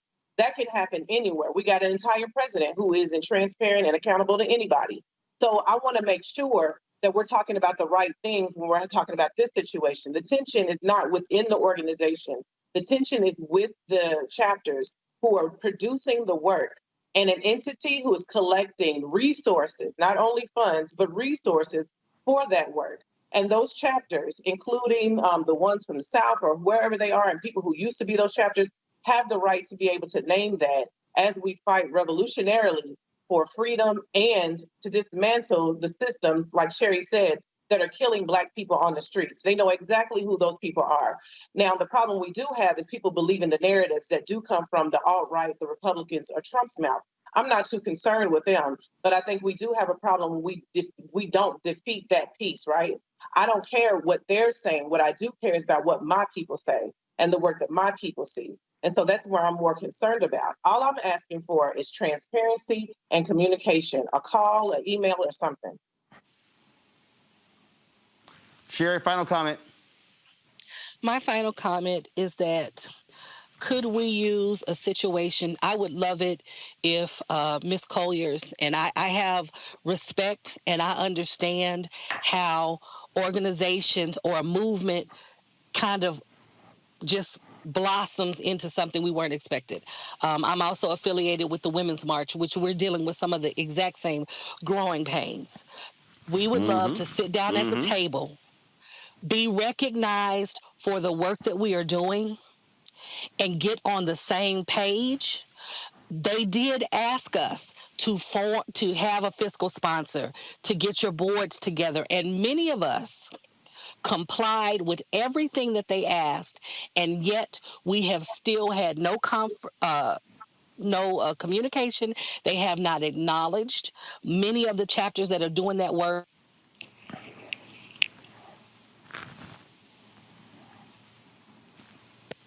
Well, look, we lost Reverend Sherry Dickerson. I appreciate her joining us. She is the co-founder of the Black Lives Matter in Oklahoma, and also Chanel Heim, Black Lives Matter, Louisville, Kentucky. I certainly appreciate both of you being with us. Folks, Robert, final comment here. Look, I appreciate what both of them want. I think, Robert, this also comes down to money. I think people, and look, when I had Patrice on, I want to know how much money has come in. You know, I know, look, the NAACP, when I had Derek Johnson on, look, they've had more than $70 million come their way in the aftermath of the death of George Floyd. Folks want to know, how's that money going to be spent? The same question people are asking, and guess what? There should be an accounting of that. They should be able to, Black Lives Matter, Patrice Cullors and her team should be able to issue a report stating how much money has been pledged to Black Lives Matter in the wake of George Floyd's death, how much money has been received, where is that money going? It is going into what area of grants? How many people are on staff? What are people getting paid? So when people talk about transparency, you're right. If you have chapters and you have a process, look, there should be a process there, meaning a chapter is notified 30 days or 60 days after. All those things. You have to put the infrastructure pieces in place before you can truly have an effective organization. Folks, a movement is not an organization. And that is the difference I think we're seeing right here, Robert. Well, that was my point about being revolutionary is a lot easier than governing. You know, we all have had revolutionary ideas. When I was in college, I decided I was going to organize our campus workers at Clark-Atlanta University, and I was going to do all these protests, and I almost got my ass expelled. Reverend Jackson's the one who saved me to make sure I was able to graduate, because having organizational support is very important. So instead of trying to out-revolutionary each other and out-revolutionary everybody, work on putting those infrastructural bedfast in place, and understand that there's nothing wrong with reaching out to other organizations. People who have been around for 40 and 50 years have been around for 40 and 50 years for a reason, because they understand taxes, because they understand payroll and OSHA regulations, and finding out how to build it into an actual movement instead of simply a revolutionary idea. So it's important to have those conversations, to reach out to people. You don't have to reinvent the entire wheel. And you talking about the millions of dollars these organizations are raising, give some of that money to Rainbow Push. Reverend Jackson asks me every day to raise money. Go to rainbowpush.org, join, get a membership, because there are organizations, there are legacy organizations that have been around, they're still doing the revolutionary work, and understand that there are plenty of fights for us all to have a different part in the fight. If we're fighting each other, that's another moment, another minute, another dollar that we're not spending on the work that needs to be done. All right then, Robert Patillo, we certainly appreciate it. Thanks a lot. A. Scott Bolden had to leave as well. We certainly thank Scott. Also, an update on the story earlier today. The Mayor Lori Lightfoot, folks, literally a few moments ago, apologized for the wrongful raid we talked about earlier that took place in February 2019. And she also has admitted that it was a mistake to try to stop the CBS affiliate WBBM from airing that body camera footage. And so Lori Lightfoot under significant criticism as the mayor of Chicago for her actions and the actions of the Chicago Police Department. And so this is what she said, quote, "I want to tell Ms. Young that I am deeply sorry and troubled that her home was invaded and she had to face the humiliation and trauma that she suffered. This is just not right." Lightfoot, this is according to the Chicago Tribune, Lightfoot said in an emotional news conference after Wednesday's city council meeting, "It simply should not have happened, and I will make sure that there is full accountability for what took place."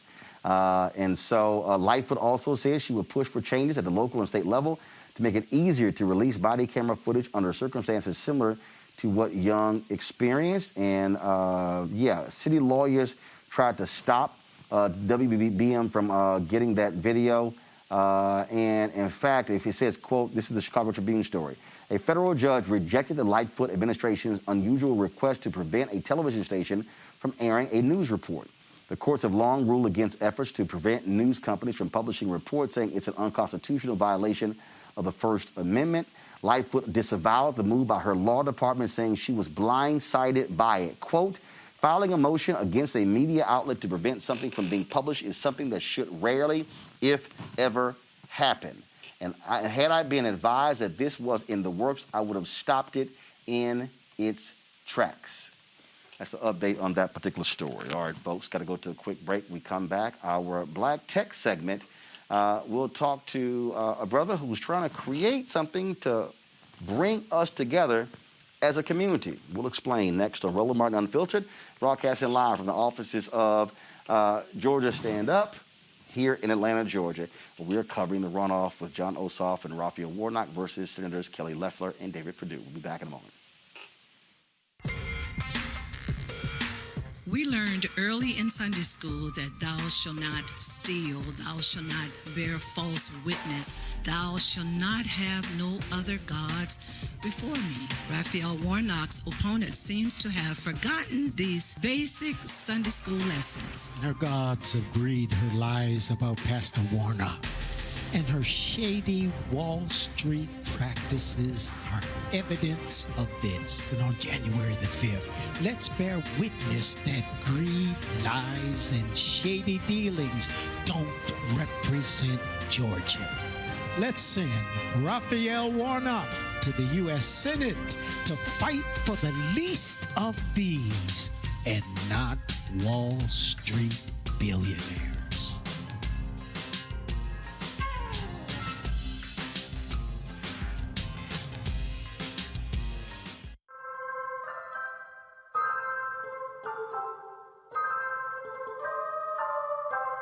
You are leading the way for the rest of this state.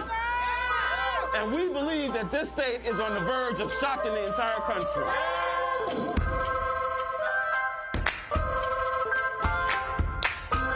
Keep your eyes on the prize and hold on. What y'all know about that down the office? And ultimately, we know we can't let nobody turn us around.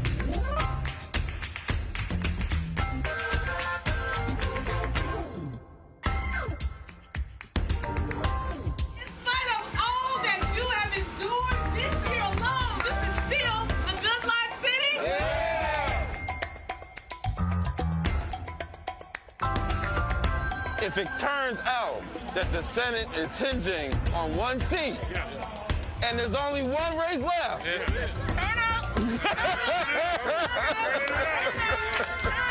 that's right. This will literally be the epicenter of the entire country, right? So we ready. Music has an ability to be able to help us feel connected. And that's because music has a way of speaking from the spirit. And it is the spirit we're going to change this country with. It is going to be standing in a space of our power and in the fullness of our spirit of love and the spirit of humanity. That is what's going to transform America.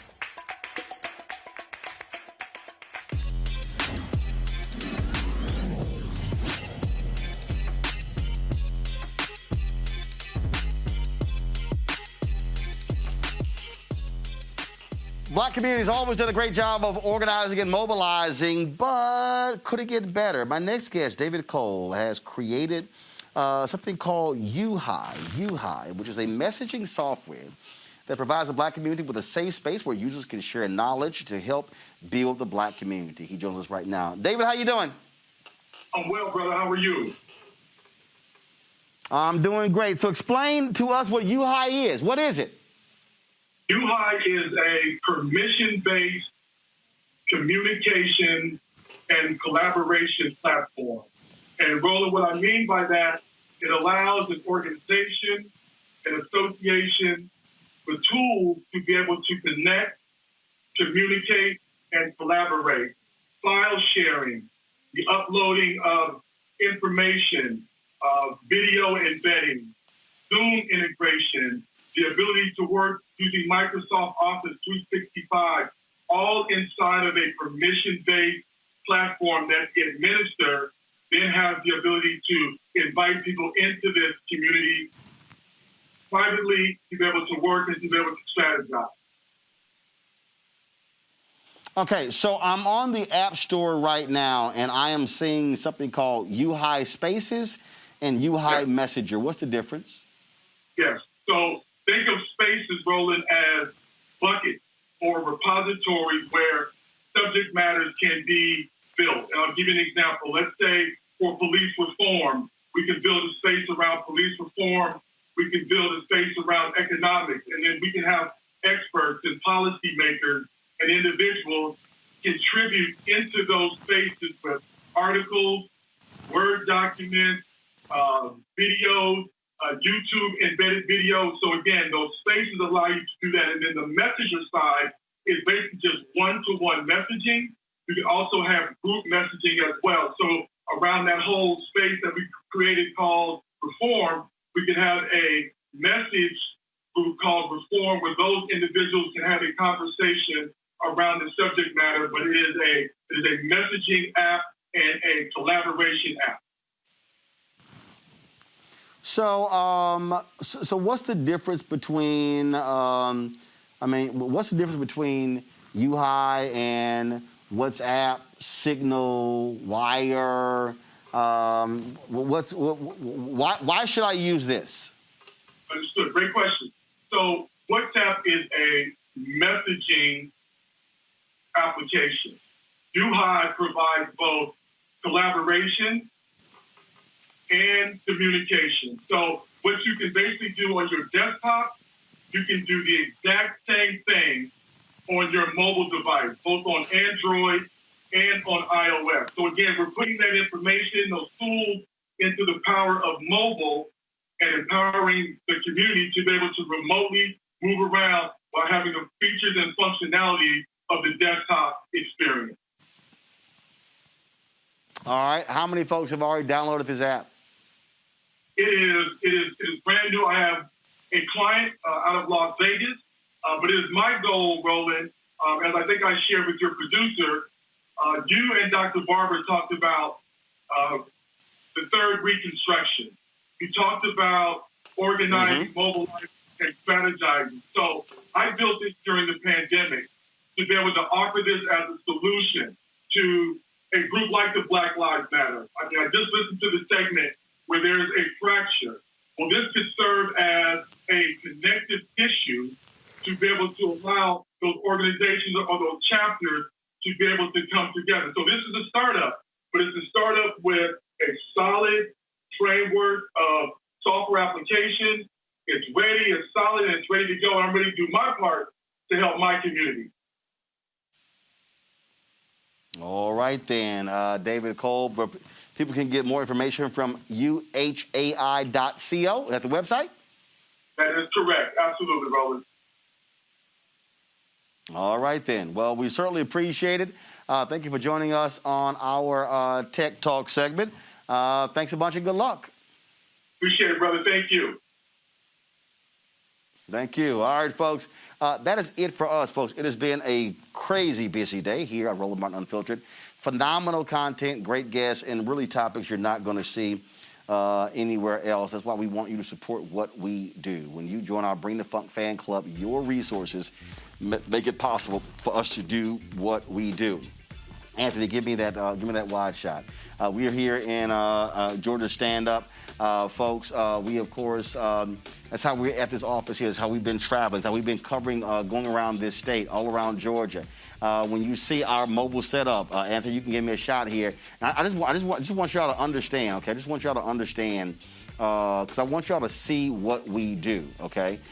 So you see here, folks, these cameras, these lights. When you see our portable switcher, when you see our monitors, when you see all of these different things.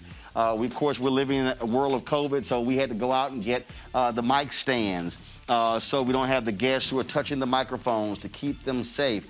All of these things, folks, this is how we are able to broadcast this show. This is how we're able to bring you the kind of news and information. That unit you can't see down on the floor there is our live streaming unit. That unit right there, folks, just so y'all understand, on that floor right there, that little blue and orange thing, that's $19,000 right there. But that's how we're able to live stream anywhere. That's how we've been streaming these various rallies, things along those lines. And so when you support this show, you are supporting a black-owned media company that's bringing you the news and information from your perspective, that's allowing us to be able to cover the news, and we don't have to ask anybody's permission. There's not one day where we're sitting here, somebody's telling us, no, we can't cover this. No, we want to be able to go anywhere we want to cover the news that we want to, and that's why we're doing so. Y'all ain't gotta wonder where the money is going. You see where the money is going when that camera right there is a Canon XF405 4K camera, and so is that one. And we have 3 of those, 3 Canon C300s, where the body of that camera is $9,000 alone. When you talk about the 4-quad monitor there, the Blackmagic Assist monitor, when you talk about the ATM Mini Pro switcher, when you talk about the whole new lighting system, all of these things here, the Sennheiser microphone. Oh, just in case y'all were confused, yes, I know all this equipment, I know how to use it, okay? And so our goal here is to be able to give you a quality show. We're not sitting in the basement of a house just talking on Zoom or on StreamYard. No, we're actually providing the black community with a high quality production, and that's why we are here. That's why we're doing what we're doing. So you can support us via Cash App, $RM Unfiltered, PayPal.me/R Martin Unfiltered, Venmo.com/RM Unfiltered, Zelle, Roland at RolandSMartin.com. You can also send a money order to New Vision Media, NU Vision Media Inc., 1625 K Street Northwest, Suite 400, Washington, D.C., 2006. And of course, you can go to RolandMartinUnfiltered.com. And so, yeah, we are very transparent.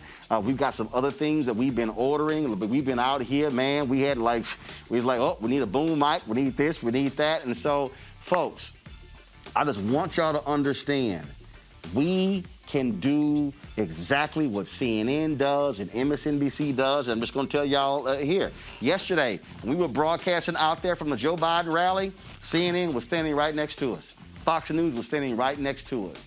And we were broadcasting just like they were. And so that's what this is all about. This is about us using our skill set, our technology, and for us to be able to bring you the kind of information you're not going to get anywhere else. And look, I'll try, just so y'all know, I'll try to partner with every major black media company. They didn't want to partner. That's fine. We're going to do it ourselves.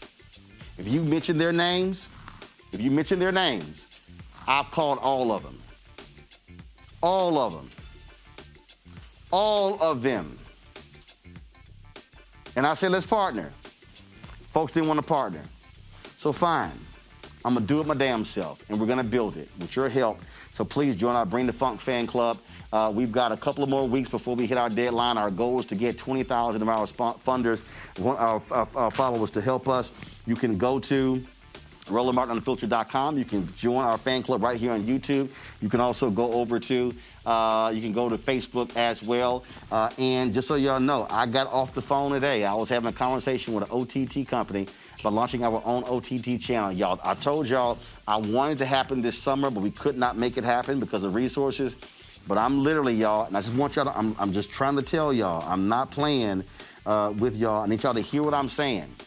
I literally had a conversation today with the company about us being able to have our own app, our own OTT channel on Roku, on Apple TV, on Android, on Fire Stick, on Samsung TV, on Xbox. We had the conversation today. And I got no problem telling y'all, this. It's about being transparent. In order for us to launch all of that, that's gonna be $145,000. Base level, $145,000. That's how we're able to be able to advance this. I want us to have our own channel on Pluto TV. I want us to be able to live stream our content. And to give you an indication, after this show, we're going to be live streaming the National Association of Black Journalists celebration of its 45th anniversary of the 44 people who founded NABJ in 1975. That's going to be streaming after this show. You heard what Deborah said earlier. On Friday, we're going to use this platform to live stream the concert that these young people have put together to encourage folks to vote.